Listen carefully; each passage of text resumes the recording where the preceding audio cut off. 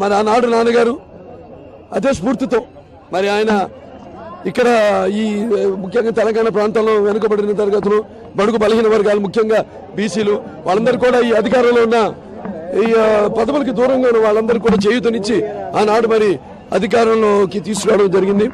అలాగే ఇక ముందు కూడా ఆ స్ఫూర్తితో ఈ యొక్క ఏదైతే మా ఆశయాలు ఉన్నాయో ఆయన ఆశయాల్ని వాటన్నిటి కూడా ముందు తీసుకెళ్ళడానికి, అలాగే ముఖ్యంగా సమ్మక్క సారలమ్మ యొక్క ఆశీస్సుల కోసం వాళ్ళ స్ఫూర్తిని నాలో ఆవరించడం కోసమని వాళ్ళకి భక్తిపూర్వకంగా నా గౌరవాన్ని ప్రకటించుకోవడానికి ఈనాడు ఇక్కడికి రావడం జరిగింది.